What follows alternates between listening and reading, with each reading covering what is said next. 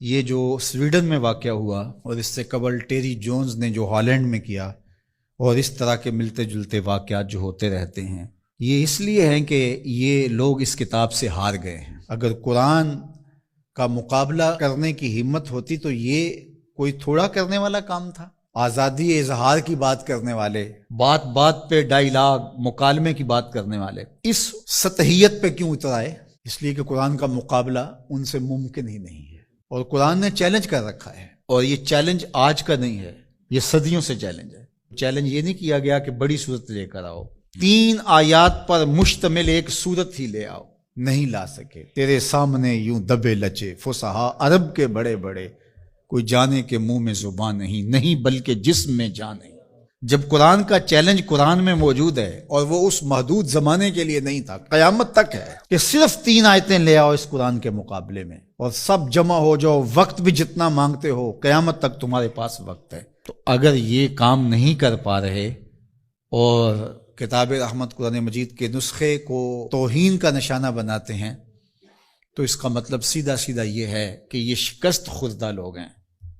یہ جو مکالمے کی اور ڈائیلاگ کی بات کرتے ہیں، یہ صرف زبان سے اور منہ سے کرتے ہیں۔ آزادی اظہار کی بات کرتے ہیں تو 1450 سال قبل کی کتاب کو برداشت نہیں کر رہے، تو آزادی اظہار کس کا نام ہے پھر تمہارے؟ تو یہ شکست خوردہ لوگ ہیں، قرآن سے شکست کھا گئے، اور انہوں نے ان اپنی حرکتوں سے بتایا ہے کہ ہم قرآن کا مقابلہ نہیں کر سکتے۔ جب دلیلیں ختم ہو تو گالیاں دی جاتی ہیں، جب بات کرنا نہ آئے تو گریبان کو کوئی پکڑتا ہے۔ تو قرآن مجید کے ساتھ اہانت امیز سلوک اس بات کی دلیل ہے کہ آج دنیا قرآن کا مقابلہ کرنے سے قاصر ہے، جس طرح ماضی میں قاصر تھی، اور قیامت تک اس کا معاوضہ ممکن نہیں ہے۔ اور جب معاوضہ ممکن نہیں ہوگا تو اوچی ہتھ کنڈے ہوں گے اور اس طرح کی نیچ حرکتیں ہوں گی۔ لوگوں نے لوگوں کے ساتھ لڑائیاں کیا، بھلا کسی نے کتابوں کو بھی جلایا ہے، کسی نے کتابوں کی بھی بے حرمتی کی ہے، کبھی ایسا بھی ہوا ہے؟ اور آج جو مغرب کے قصیدے پڑھتے پھرتے ہیں، یہ ان مکروہ چہروں کو دیکھیں۔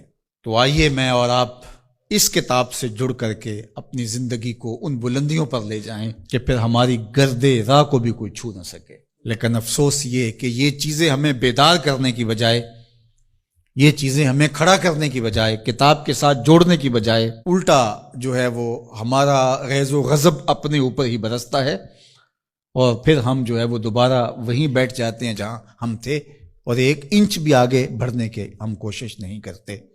یہ واقعات امتوں کو کھڑا کر دیتے ہیں۔ آپ تاریخ پڑھیں، چھوٹے چھوٹے واقعات سے قومیں کھڑی ہو جاتی ہیں، لیکن قوم ہو تو کھڑی ہوگی نا، اور جب قوم ہی نہیں ہوگی تو قیامت بھی ٹوٹ جائے تو کوئی فرق نہیں پڑتا۔ اقبال نے کہا تھا، جس سے تعمیر ہو آدم کی یہ وہ گل ہی نہیں۔ اس مٹی سے پھر کچھ بھی نہیں بنے گا، یہ مٹی کی مٹی رہے گی، تودا رہے گا ریت کا، کچھ بھی نہیں بنے گا۔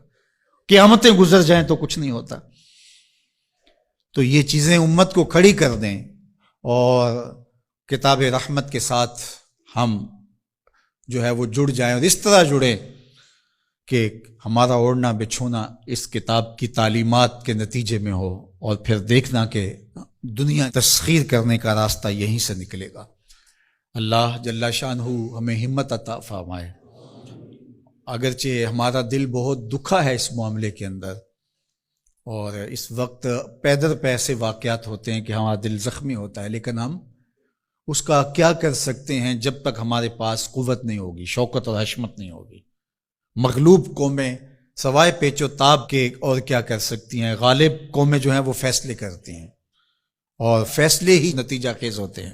تو جب تک ہم قوم نہیں بنیں گے، امت نہیں بنیں گے، اس وقت جو ہے وہ ہم اسی صورتحال میں رہیں گے، اور ہمارا وجود جس طرح زخمی ہے، تشتت کی وجہ سے جسم زخمی ہے امت کا، کہ ہم 72-73 گروہوں میں بٹے ہوئے ہیں، اور دشمن اس پہ بہت خوش ہے، اس لیے کہ اس سے اس کو فائدہ پہنچ رہا ہے، اور ہم آپس میں الجھ کر کے اپنی طاقت کو ایک دوسرے کے اوپر ضائع کر رہے ہیں۔ دوسری جانب ہم جغرافیائی تقسیمات پر یقین اس قدر پختہ رکھ لیا ہے، جو ایک مغرب کی سازش تھی۔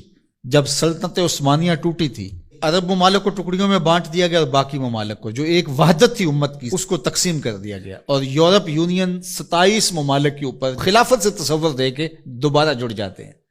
وہ بکھرے ہوئے جڑ کر کے اپنا مشترکہ دفاع، مشترکہ کرنسی اور یہ ساری چیزیں بنا کے تو وہ باقاعدہ 27 ملک جڑ جاتے ہیں، 50 ریاستیں امریکہ کی ہیں جو جڑی ہوئی ہے اور ایک وحدت ہے.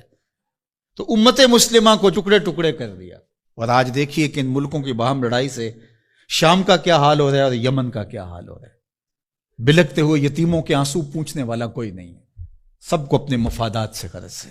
اور یہ امت اس وقت جس طرح زخم خوردہ ہے اور جس اذیت میں مبتلا ہے، کیا کہا جائے اور کیا بولا جائے. ہمارا دیش تو اسلام تھا، چاہے کسی بھی خطے میں رہنے والے ہوں، کسی بھی گوشے کے بسنے والے ہوں، لیکن ہماری شناخت علاقے بن گئے، جغرافیہ بن گیا، جبکہ ہماری شناخت علاقے اور جغرافیہ نہیں تھا، ہماری شناخت دین تھا.